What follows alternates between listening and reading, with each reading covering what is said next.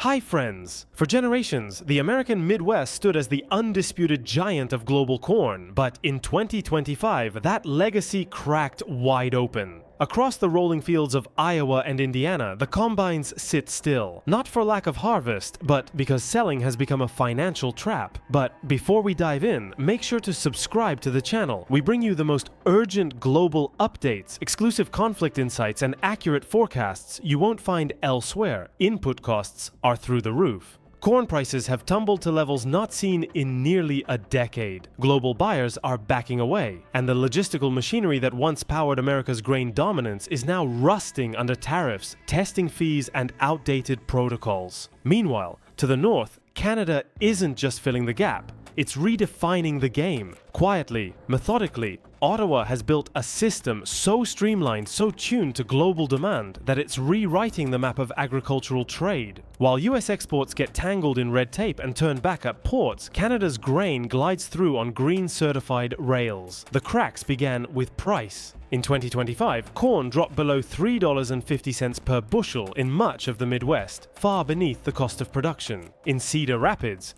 farmers were offered $3.74, barely enough to cover fertilizer, let alone debt. That pressure mounted when more than 2 million tons of US corn were rejected or rerouted. Contracts collapsed overnight, many becoming just paper, inked but worthless. Across the Corn Belt, harvest was no longer an opportunity, but a liability. And then came the bottlenecks. Tariffs on Chinese cargo ships raised shipping costs through the Gulf of Mexico by nearly $1 billion annually. Barges sat motionless on the Mississippi. Ports from Baton Rouge to New Orleans clogged with unshipped grain. At one point, over 180 vessels were left waiting offshore, while rain soaked millions of dollars of corn still stuck inland. New inspection rules didn't help. A 40% hike in pesticide testing fees from the Federal Grain Inspection Service added insult to injury. Every load now needed a high-cost certificate to even be considered export-ready. And without it, grain sat and rotted. Globally, the market was moving on, fast.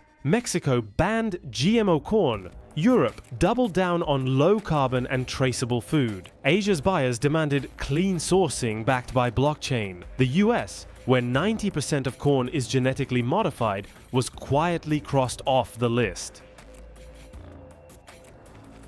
But Canada? Canada was ready. With its Prairie Trace blockchain, its rejection of glyphosate, and its carbon disclosure platforms, Canada positioned itself not just as an alternative, but as a premium supplier. Grain from Manitoba or Saskatchewan now fetches 20 to 30% more on international markets than Midwest corn. And it's not just the prices, it's the confidence. Canadian exporters guarantee traceability from seed to shipment. They clear customs faster. Their logistics are cleaner. Their railways connect directly to ports. And perhaps most critically, they've forged 5-year contracts with Japan, Korea, and the EU, locking in billions in grain sales while US farmers list their combines on Craigslist just to stay afloat. In Illinois, rivers run shallow, forcing shippers to lighten loads or wait weeks. In Nebraska, ethanol plants are shuttering. Over 1 billion gallons of capacity now idle. In rural Minnesota, irrigation is being rationed like a luxury. And across the Midwest, school weeks are cut short, diners close early, and gas stations go dark.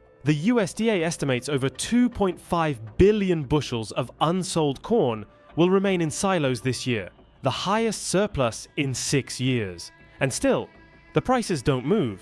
At the heart of it is a systemic failure. America hasn't kept pace with a food economy that now prizes sustainability, accountability, and transparency. Canada understood this shift and built infrastructure to match. Today, they're not just exporting corn, they're exporting trust. And Washington, still debating tariffs. If the current trajectory holds, the US won't just lose market share, it may lose entire rural economies. Soybeans and dairy are next. Beef isn't far behind. And without reform, real structural reform, the slide will accelerate. Canada, in contrast, has doubled down on what the modern buyer wants.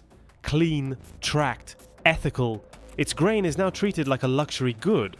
And while Washington dithers, Ottawa collects signatures and contracts. So here's the question.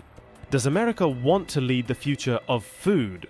or become a cautionary tale of what happens when legacy blinds you to change. The clock is ticking and the corn's already wilting, because the truth is, this isn't just about grain. This is about the architecture of global trade shifting under America's feet. In Tokyo, Seoul, Brussels, even Mexico City, procurement officers are no longer just asking about price per ton. They're demanding life cycle carbon data. Soil integrity records, blockchain traceability from planting to port. And when they look at Canada, they see a system engineered to provide answers. When they look at the US, they see risk. Even major US importers are pivoting. With delays in Gulf ports and surcharges climbing, shipping companies are quietly rerouting vessels to Vancouver and Prince Rupert. Canada's rail network, once considered too remote, is now the fastest path from Asian demand to North American grain. Empty containers returning from Shanghai or Busan now head north, not south.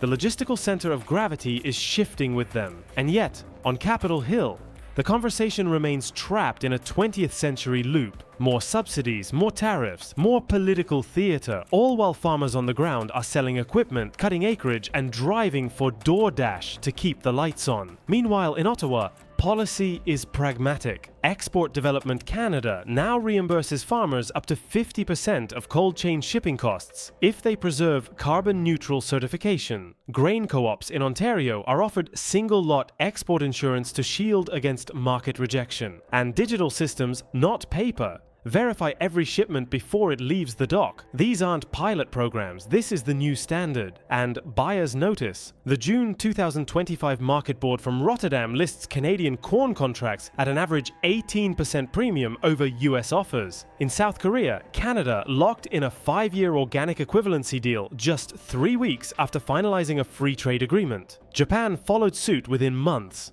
In the span of a year, Canada transitioned from underdog to trendsetter, not by accident, not by luck, but by reading the signals of a changing world and acting. Contrast that with the headlines out of Indiana or Illinois: silos full, markets closed, schools downsizing, towns hollowing. This isn't a cyclical downturn, it's structural erosion. And it's being accelerated by policy inertia, global distrust, and a refusal to meet new standards on the terms the world now requires. If the US fails to modernize, truly modernize, from field practices to export infrastructure, its collapse won't stop at corn. Soy is next, then dairy, then beef. Each relies on the other. Each is now exposed, because when grain loses trust, the whole table loses balance. So what's the path forward? It starts with tearing down protectionist blinders, align with global certification standards, make blockchain traceability mandatory, not optional, shift subsidies toward clean equipment and low-carbon logistics, not endless emergency bailouts, and above all, give American farmers the tools they need to compete in a world that has moved on. Because if we don't, the question won't be how to rebuild the American Corn Belt. Some argue the storm will pass, that global prices will rebound, that buyers will return. But those hoping for a market correction are ignoring the bigger shift. Corn is no longer just food. It's now a symbol of sustainability, of governance, of whether a nation can be trusted to feed the world responsibly. And right now, the symbol is tarnished. In Shelby County, Iowa, where fields stretch horizon to horizon, local lenders are quietly tightening credit. The default risk on farm loans has doubled in just 9 months. Seed companies report bulk orders slashed in half. Grain elevators are refusing to expand capacity, fearing another glut they can't sell. Down the road, a co-op general manager tells us, it's not just that we can't move grain, it's that we can't see what comes next. We're farming in the dark. That darkness is spreading. In Nebraska, ethanol production is down nearly 13% year over year, not because there's less demand for biofuel, but because the feedstock can't meet new carbon thresholds set by export partners. In rural Ohio, one food processor reports losing 3 European buyers in a single quarter. All 3 cited lack of traceability. And in Washington, the proposed solution is another round of subsidies, checks in the mail instead of long-term competitiveness. If you want to stay ahead of the curve with real-time updates, in-depth analysis, and expert insights on global flashpoints like this one, make sure to subscribe. This is just the beginning.